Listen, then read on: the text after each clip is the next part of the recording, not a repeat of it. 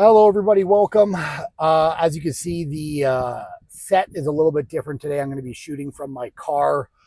Currently, we're moving right now, and the whole set with everything is taken apart. So I wanted to shoot this for you guys.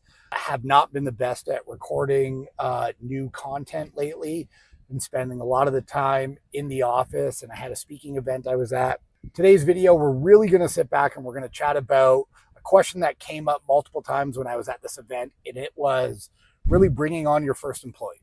What do you have them all do? How do you set them up for success? What can they do? What can't they do? And the mistakes that kind of everybody seems to make in this is what we're going to talk about today. And to be honest, I've made this mistake tons of times in multiple different roles. As always, guys, my name is Peter Bowl, and I've closed over $50 million in commercial cleaning contracts, and I am just here to show you what's working for us. Okay, so first off, let's talk about the mistake. The mistake usually happens here.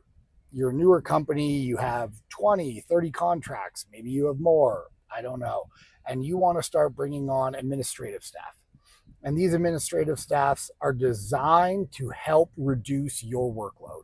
So maybe they're a VA, maybe there's somebody directly in a small office that you have. I've done it both ways. And you want to find somebody that can do the job. The mistakes that everybody makes is they write down every single thing that they want to remove.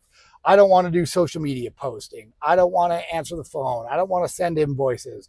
I don't want to put ads to find new cleaners. I don't want to do interviews. I don't want to, and they list all these things and they're like, great, I'm going to train somebody to do all of this stuff for me and completely and utterly remove it from my table. And then they find somebody usually who has a lot of hunger and drive, but no real skill sets. And they try to train them on all these variable tasks. And then they inevitably fail. And they might have them for a month, 6 months, and then they end up having to let go of them, or the person quits. And they think they hired wrong, or the person just wasn't motivated. And then they restart the same cycle. I've done this many, many times. This one was like a tough lesson for me to learn. Every once in a while, I still almost do it. But when you're bringing on employees, you need to think of roles and skill sets within your company. So I mentioned there hiring employees. Hiring itself is like a specific designated role and skill set. That is like a full-time job. Social media posting and creating the post is like a job of marketing in itself. So one's like recruiting and hiring, the other one's marketing. And then like answering the phone, sending the invoices, that's like administrative and accounting. So when you bring somebody on, you want to try to give them as many jobs only under one umbrella as possible. So if you want to offload like sending invoices, answering the phone, dealing with service issues from your client, and general administrative stuff that they might have to do, which is, checking inspection reports from their cleaner, like this type of stuff, that can be underneath one role. And then you want to make sure that they do that one role all day and they get really, really great at it. When you add too many variable things onto them, they don't know what's important and what's not important to do. So they end up doing social media posts because maybe the person you hired loves that part way more, and then they hate dealing with service issues and it takes them forever to get back to it. Or they hate hiring, but they love the administrative stuff. So what they do is they spend all their time on administrative stuff, but you never seem to be able to get the right cleaners, right? People will do the work that they naturally are good at and more or less maybe know how to do better or gravitate towards, and then they'll start dropping all these other things that you have to. And you'll feel like you're constantly having to nag them and stay on top of them in order to get the bare minimum done. And this is that cycle of you bring somebody in, you try to train them on everything, nothing gets done right, and then you start hammering on them, and then you're like, oh my God, there's nobody good out there.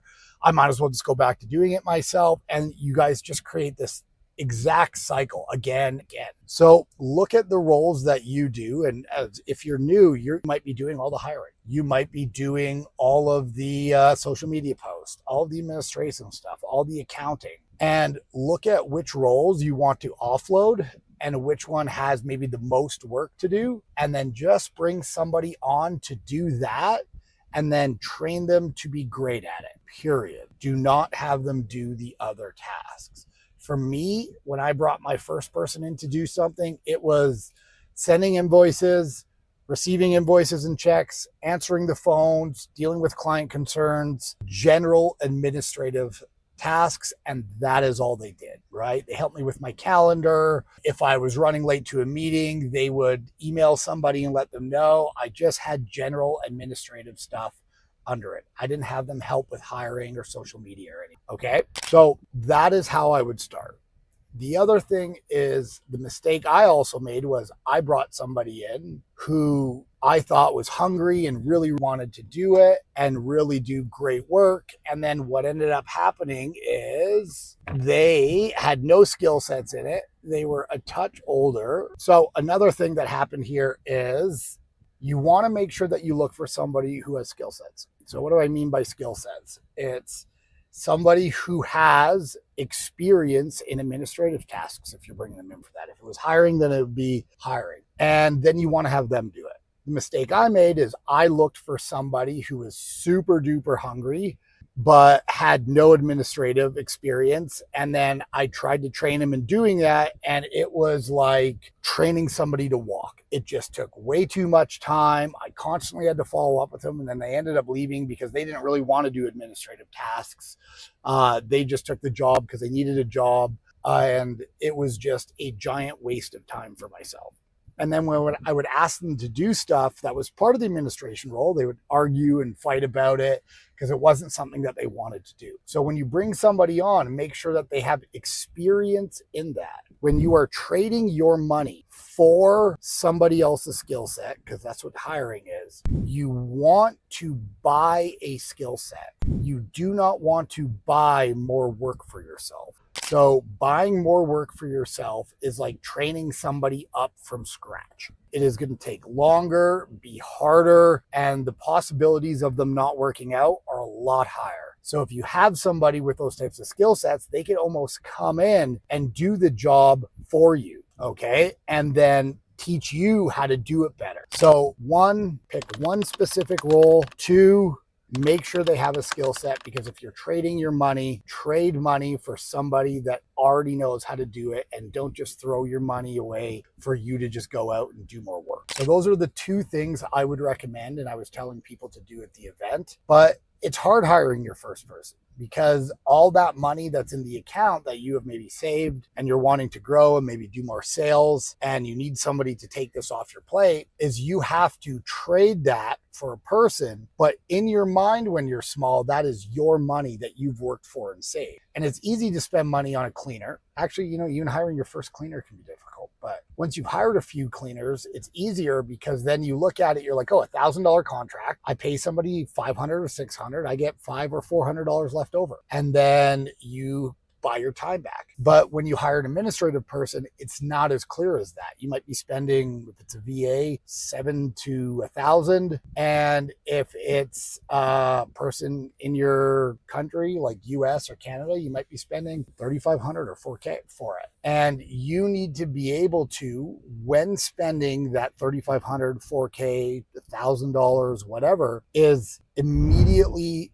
get a value from it. So if you're spending $3,500, you want to be able to turn that $3,500 into $14K a month. And the way you would do that is by offloading the work to them. You then have more time to do revenue producing activities, which is sales, marketing, whatever it is. If you're just buying back your time and you're not going and producing more revenue, you're just spending money within your company. So these are the ways that I have kind of learned to bring on people. Now, when we bring on people, we look for a very, very specific targeted people that know how to do what we're doing and have years of experience in doing it. So they can come in and, with training on our processes in our company, immediately be excellent and do the job. We do not hire people for multiple tasks or roles. We put somebody in one role, like let's say an appointment setter, and then all they do 40 hours a week is appointment set. We don't have them doing a whole bunch of other stuff. We want them to get great at that one thing, and we want to get all of our money back simply from this, doing that one thing. And it's really quite amazing when you have somebody doing one thing again and again and again, how quickly they get great at it and how quickly you get your money back. If you have somebody that is doing appointment setting half the day and then answering phone calls, you're going to find that you move extremely slowly. There's so much variability as to why they might not be doing great. It takes a lot longer for them to train, and there's a lot more burnout too. So I hope you like this video. But this question came up multiple times at an event I was speaking at, so I wanted to quickly just hop on a video and go over that with everybody. As always, there's a link if you want to have a free 30-minute coaching with me in the description below. But other than that, guys, thank you very much for watching. Have a great day.